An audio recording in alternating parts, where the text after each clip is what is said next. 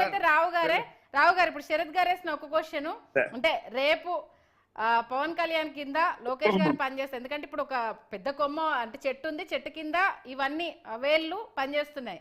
అంటే ఆ కొమ్మ వృక్షం ఉన్నంత వరకు కింద ఏ ఉన్నా పెద్ద అనిపించదు శరత్ గారు అన్నమాట.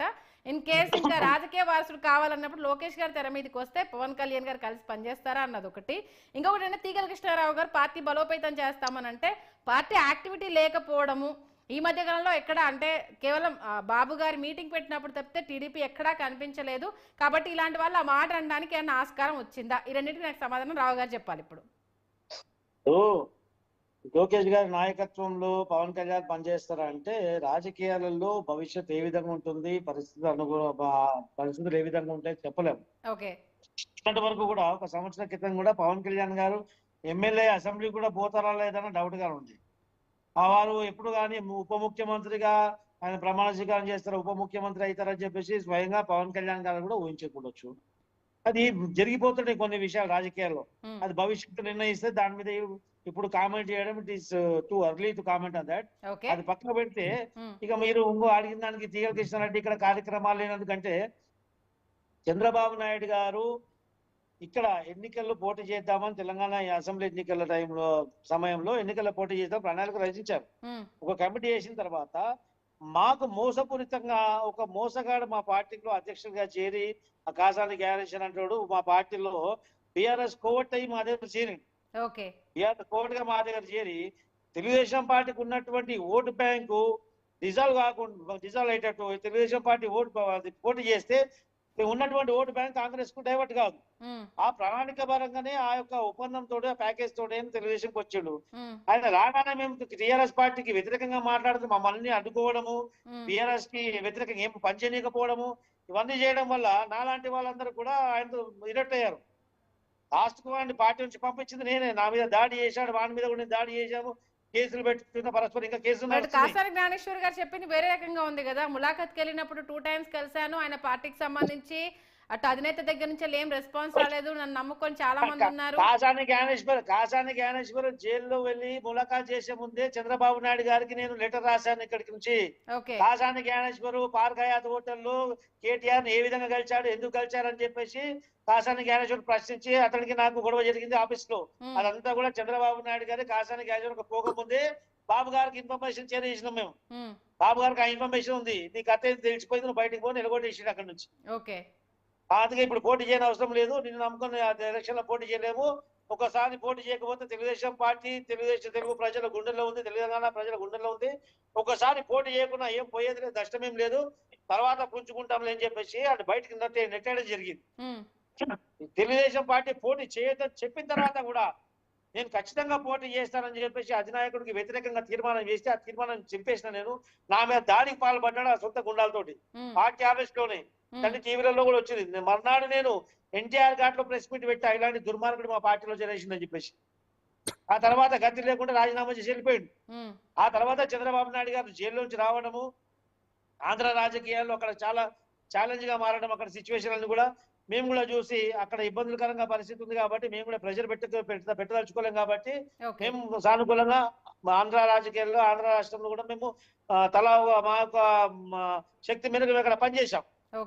ఆంధ్రప్రదేశ్ లో తెలుగుదేశం పార్టీ విజయానికి మా వంతు సహకారం మేము అందించాం. అక్కడ అధికారంలోకి వచ్చి 100 రోజులైంది, అనేక ఛాలెంజెస్. మొన్న కొంచెం పార్టీ నాయకులతో మాట్లాడి ఒక అధ్యక్షుని నియమించుకొని మనం ప్రణాళిక రచించుకుందాం అనే సమయంలోనే మళ్ళీ తుఫాన్ వచ్చింది, దాంట్లో బిజీ అయ్యారు. వాళ్ళ అక్కడ అనేక సమస్యలతో ఉంటుంది కాబట్టి కొంచెం ఆయన బిజీ ఉంది కానీ మేము టైం ఇచ్చిన అంతే తప్ప ఇక్కడ పార్టీకి ఎవరు నాయకుడు గతి లేడు, పార్టీకి ఎవరు పలికేవాడు గతి లేడు, పూకేవాడు గతి లేడు అన్నట్టు ఎవరు అనాథ పార్టీ లాగా ఎవరో భావిస్తే అది వాళ్ళ పిచ్చితనం. అందులో తీగల కృష్ణారాయణ లాంటి వాడు తనకు ఎవరు పలకరించోడు గతి లేడు కాబట్టి మా తెలుగుదేశం పార్టీ తన గతిలో ఉందనుకొని ఆ ఊహించడం ఆయన భ్రమ మాత్రమే. మరి అధినేత ఖచ్చితంగా స్వాగతించాలనేసని ఏఎస్ రావు గారితో అన్నారు అనుకోండి, ఏంటి మీ అభిప్రాయం? మా నాయకుడు ఖచ్చితంగా అలాంటివన్నీ రానియరు. మా నాయకుడు క్లియర్ గా చెప్పాము, ఈ యొక్క విశ్వాసఘాతం చేసే విశ్వాసాన్ని కుక్కల్ని మన పార్టీలో తీసుకోవద్దు సార్, మాకే నాయకత్వం ఇవ్వండి, మేము పార్టీ నడిపించుకునే సామర్థ్యత మాకుందని మేమే 4 పేర్లు ఇచ్చుకున్నాం. మాలోనే నాయకుడు కావాలని చెప్పి మేము క్లియర్ గా చెప్పాము. బయట నుంచి ఎవరు నాయకుడు రాడు, రాబోడు కూడా. ఎప్పుడు టీడీపీకి తెలంగాణ రాష్ట్ర అధ్యక్షుడిని నియమించబోతున్నారు. ఎవరెవరు రేస్ లో ఉన్నారంటే ఏం చెప్తారు? తొందరలోనే మన కమిటీలు మొత్తం రద్దు చేశారు, మళ్ళీ కమిటీ చేస్తున్నారు. ఖచ్చితంగా తెలుగుదేశం పార్టీ పూర్వవైభవం సంతరించుకుంటుంది.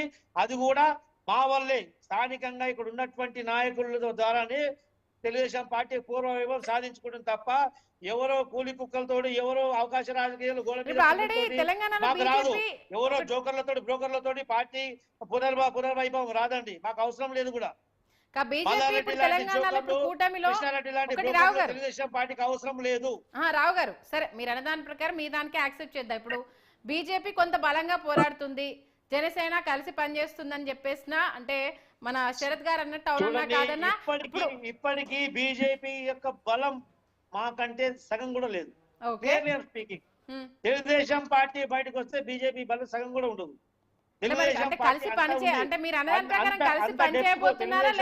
తెలంగాణ ప్రజానీకంలో అంత డెప్త్ లో ఉంది. ఈ రోజు కూడా బీజేపీ పార్టీ రేపు ఇంకా 10 ఎమ్మెల్యేలు 15 ఎమ్మెల్యేలు గెలిచినప్పటికి కూడా వాళ్ళు బీజేపీ పార్టీ తెలంగాణ ప్రజానీకం తోటి అంత డెప్త్ గా, అంత క్లోజ్ గా అటాచ్మెంట్ రావడం అనేది అసంభవం. ఎందుకంటే మా పార్టీ అభివృద్ధి మేము తెలంగాణలో తెలంగాణ ప్రజానీకానికి ఒక మాట అన్నారు, విన్నారా? అంటే ఇప్పటికిప్పుడు అంటే టీడీపీ వచ్చి పుంజుకోవడం అంటే కష్టం, ఎందుకంటే ఆల్రెడీ బీజేపీ ఒక గ్రౌండ్ లెవెల్ అంటే ఫిక్స్ చేసుకుంది. అలాగే అన్నారు ఎల్ రమణ లాంటి అవకాశవాది పోయిన తర్వాత తెలుగుదేశం పార్టీ పని అయిపోయిందని చెప్పారు. ఒక తర్వాత మేము ఒక అధ్యక్షుడు నియమించి వాడేదో మాకు పార్టీకి పనిచేస్తాడని చెప్పి అనుకోని, ఇంతకుముందు మా పార్టీలో పనిచేసిపోయాడు కాబట్టి పార్టీ బలోపేతం చేస్తాం, ఎవడెవడు వచ్చిందని చెప్పేసి మేము కార్యకర్తలందరూ కూడా ఉత్సాహం వచ్చింది. ఆయన వచ్చిన నెల రోజుల లోపట్నే ఖమ్మం సభతోటి తెలంగాణ మొత్తానికి తెలుగుదేశం పార్టీ జెండాలు రెపరెపలాడినాయి. తెలుగుదేశం ఖమ్మం ఒకటే సరిపోతుందంటారా? ఖమ్మం ఒకటి సరిపోతుంది కాదు. ఖమ్మంలో ఆ యొక్క మోసగాడు ప్యాకేజ్ తోటి పార్టీలోకి వచ్చాడు కోవట్ కాబట్టి ఖమ్మం సభతో తెలుగుదేశం పార్టీ మళ్ళీ ఉప్పెనలా ఎగురుతుందని చెప్పేసి అక్కడ నుంచి ఇన్స్ట్రక్షన్లు వచ్చినాయి. అరే పార్టీకి ఏం చేస్తున్నా